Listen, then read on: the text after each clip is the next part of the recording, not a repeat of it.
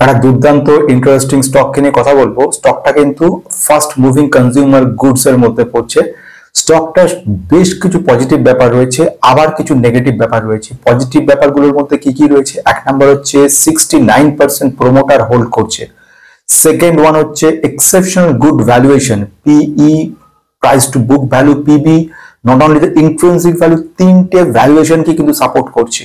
Plus price to earning growth, PEG, সেটাও exceptional good জায়গায় রয়েছে। Plus debt to equity ratio, ঋণের পরিমাণ খুব কম রয়েছে। প্লেজিং একদম জিরো রয়েছে।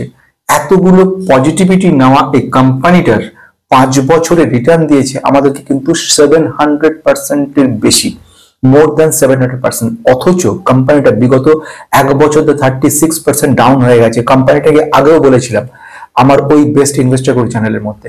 সবকিছু বলার আগে, this video is only for education purpose, no buy or sell recommendation. Before investing please consult yourself or your adviser.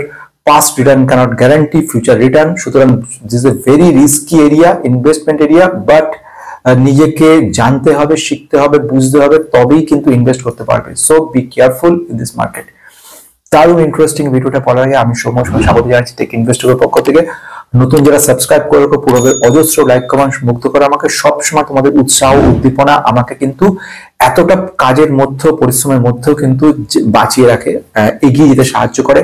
Best investable চ্যানেলে যে ভিডিওগুলো আমার কথা, সেগুলো একটু স্লো হয়ে গেছে। আমি অবশ্যই চেষ্টা করছি আপ্রাণভাবে সেখানে ভিডিও নিয়ে আসা, সেখানে পুরো গল্পের আকারে, যেগুলো গল্পের মাধ্যমে কেউ কখনো শেয়ার বাজারকে বলে না, বোঝায় না, কিন্তু আমি একমাত্র যে এইভাবে এগোচ্ছি গল্পের মাধ্যমে গোটা মার্কেটটা, স্ট্রাগলটা, একটা মানুষ বাধা বিঘ্ন কিভাবে এগিয়ে গিয়ে ফাইট করে সেখানে জিততে পারে, নিজের সব অভিজ্ঞতা, নিজেদের অভিজ্ঞতা এবং আমার জীবনে ঘটে যাওয়া অভিজ্ঞতা গুলো নিয়ে কিন্তু সমস্তগুলো বলি।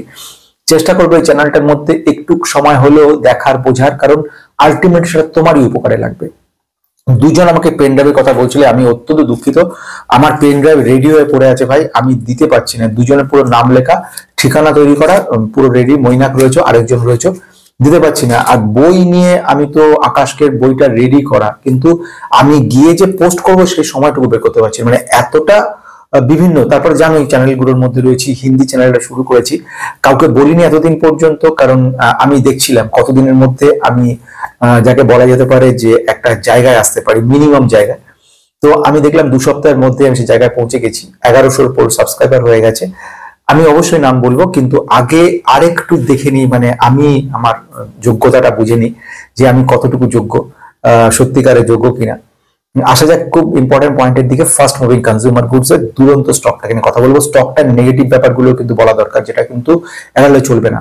কোম্পানিটার কি নাম ফার্স্টে জেনে নেবো, কারণ যারা উৎসাহী রয়েছে নামটা জানার জন্য, কারণ নাম জেনেই তারা সঙ্গে সঙ্গে কিনতে বেরিয়ে পড়বে। কি মারাত্মক ভুল কাজ শুধু নাম জেনে কিনতে বেরিয়ে পড়া, সেটা নিয়ে অন্য একদিন আমি একটা গল্প বলবো তোমাদের, সেখানে একদম ডিটেলসে বুঝিয়ে দেবো যে কত মারাত্মক ভুল কাজ ছিল ওই শুধু নাম জেনে কিনতে যাওয়া। একটু বিজনেসটাকে বোঝো, একটু বোঝার চেষ্টা করুন আপনারা। আমি আপ্রাণ চেষ্টা করছি, সেটা এডুকেশনাল, আমি ব্যাপারটা সবকিছু এডুকেশনাল আমি শেখাতে চাইছি, আমি নাম বলে শেষ করতে চাইছি না। কিন্তু ওই যে বলে না, নাম না বললে মানে উৎসাহ আসবে না কাজটার উপরে, সেই জন্য নামটা বলে দিচ্ছি। অভোভেল ফুডসকে নিয়ে আজ থেকে প্রায় 2-2.5 বছর আগেও বলেছিলাম। কোম্পানিটা বেশ কিছু, মানে তুমি 1.5 বছর ধরে দেখেন, যদি দেখবেন কোনো রিটার্ন দেয়নি, দেখে অনেকে ফ্রাস্ট্রেটেড, অনেকে ভাবছেন যে কিছু হবে না।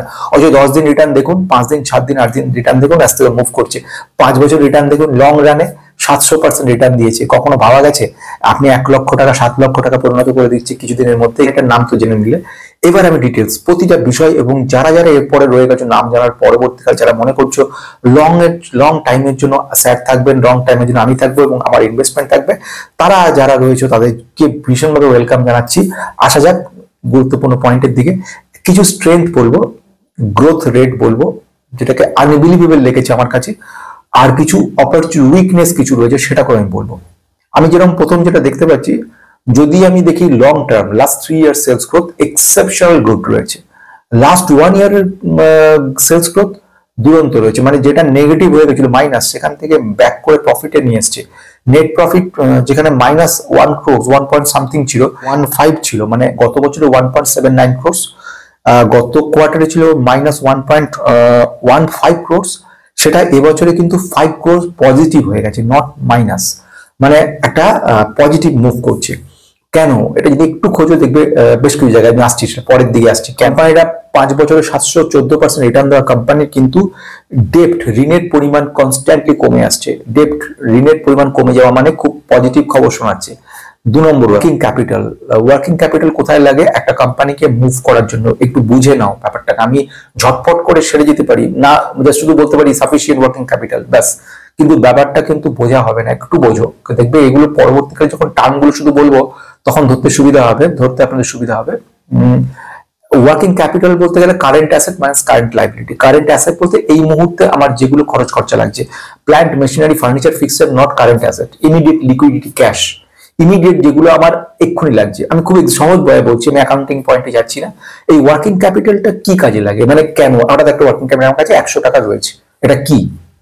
আমি একটা 10 টাকা দিয়ে ব্যবসা শুরু করেছি, লাভ ক্ষতি চলছে, আমার লাভের একটা পোর্শন চলে গেছে ওয়ার্কিং ক্যাপিটালে। ওয়ার্কিং ক্যাপিটাল থাকলে কি রিজার্ভ থাকছে, ডিভিডেন্ড বা দিতে পারছি।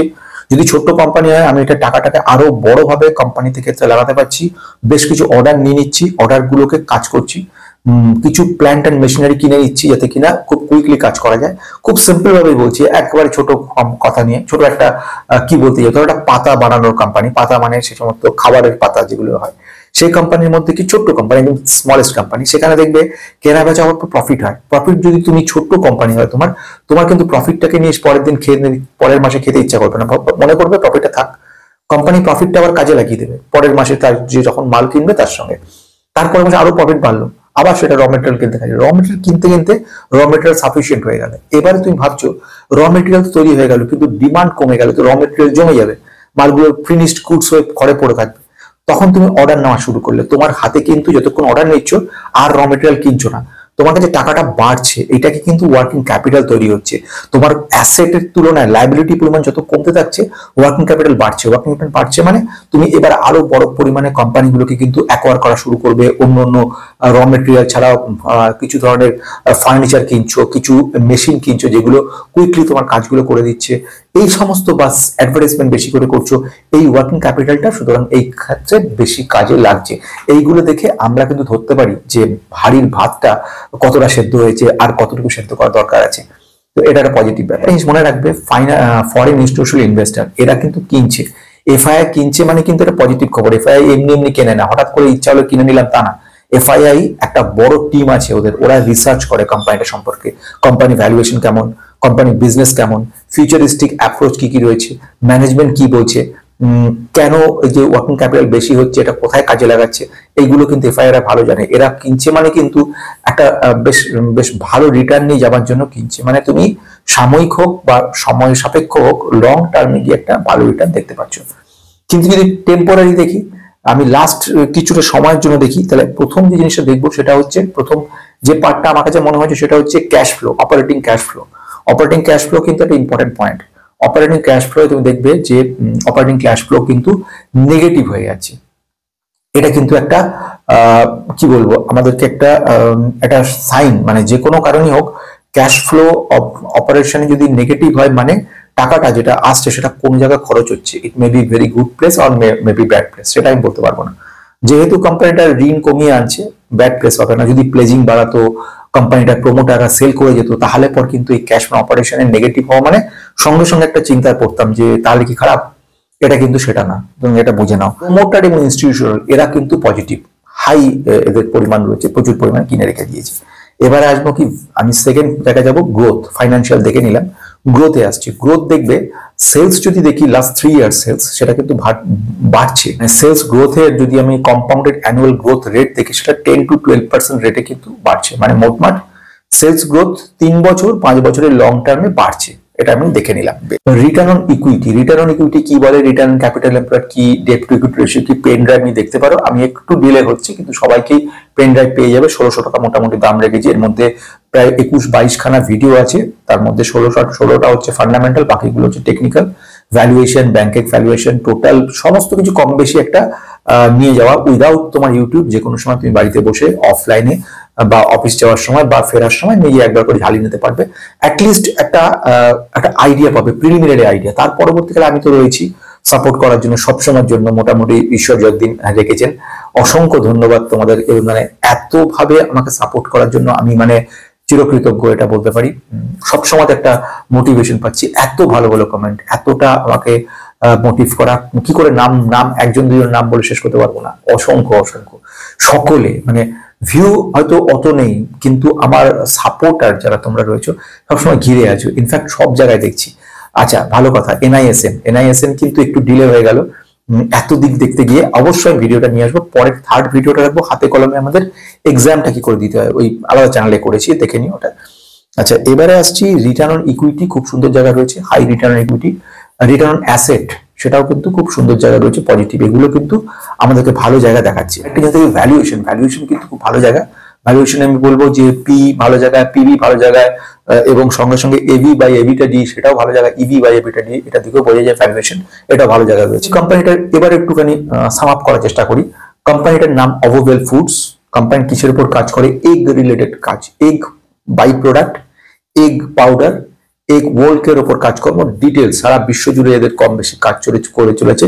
1996 সাল থেকে কোম্পানিটা কিন্তু ইনকর্পোরেটেড। কোম্পানিটা বিদেশেও প্রচুর এক্সপোর্ট করছে। কোম্পানি প্রেজেন্টলি বেশ কিছু পজিটিভ খবর আমরা দেখতে পাচ্ছি, যেরকম হাই প্রমোটারের সংখ্যা রয়েছে, ডেট টু ইকুইটি রেশিও খুব সামান্য রয়েছে, 0.32 হচ্ছে ডেট টু ইকুইটি রেশিও। আমরা দেখতে পাচ্ছি মার্কেট ক্যাপ মারাত্মক রিস্কি, 137 কোটি, মানে ন্যানো ক্যাপ কোম্পানি। কোম্পানিটার পি রয়েছে 15 আর ইন্ডাস্ট্রিজ পি রয়েছে 18, মানে 18। আমি দেখি ইন্ট্রিনসিক ভ্যালু সেটাও কিন্তু পজিটিভ জায়গা রয়েছে। এবারে আমরা যদি দেখি প্রাইস টু আর্নিং গ্রোথ 0.02 রয়েছে, এটাও কিন্তু একটা পজিটিভ দিকে যাচ্ছে। এছাড়া যদি দেখি কারেন্ট মার্কেট প্রাইস 130 রয়েছে আর ইন্ট্রিনসিক ভ্যালু রয়েছে 159, মানে এটা একটা ভ্যালুয়েশন দিক থেকে ভালো জায়গা। কোম্পানিটা যদি সেলস গ্রোথ দেখি, আমি 28 কোটি যেটা গত বছরে ছিল সেটা এবারে হচ্ছে 47 কোটি, আর লাস্টে ছিল সেটা হচ্ছে 51 কোটি। অর্থাৎ সেলস গ্রোথ যদি কোয়ার্টার অন কোয়ার্টার দেখো কম, কিন্তু ইয়ার অন ইয়ার বেসিস দেখো প্রায় ডবলের মতো করে দিয়েছে। নেট প্রফিট যদি দেখো, গত বছরে নেট প্রফিট ছিল 1 কোটি মাইনাস 1.79 ক্রোর্স।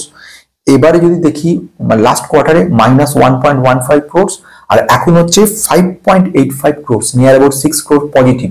মানে আগের বছরে ছিল নেগেটিভ 1 ক্রোর 1.79, গত বছরে এই কোয়ার্টারে লাস্ট কোয়ার্টারে হলো আমাদের 1.15 ক্রোর নেগেটিভ, এখন হলো কত? এখন হলো পজিটিভ 6 ক্রোরের কাছাকাছি, মানে কিন্তু ইমপ্রুভড। অথচ কোম্পানির কিছু নেগেটিভ পয়েন্ট রয়েছে, যেমন operating cash flow 1 number negative রয়েছে, quarter on quarter sales growth সেটা কিছু নেগেটিভ রয়েছে, net profit margin year on year basis সেটা কিন্তু মাইনাস হয়ে রয়েছে, আর earning before tax depreciation amortisation শুধু এবিটা দিয়ে দেখি সেটাও কিন্তু ডাউন ট্রেন্ড রয়েছে। কোম্পানি মারাত্মক রিস্কি, নেবার আগে বারবার অ্যানালিসিস করবে, যদি রিস্ক পছন্দ না করে তাহলে এইসব কোম্পানি দূরে থাকবে। আর এইসব কোম্পানি কিন্তু রিটার্ন দেওয়ার ক্ষমতা রাখে বহু গুণ, এটাও কিন্তু প্রুভড, বহুবারের মতো এটাও প্রুভড। আসা যাক, আজকের মতো শেষ, আবার নেক্সট দেখা হচ্ছে।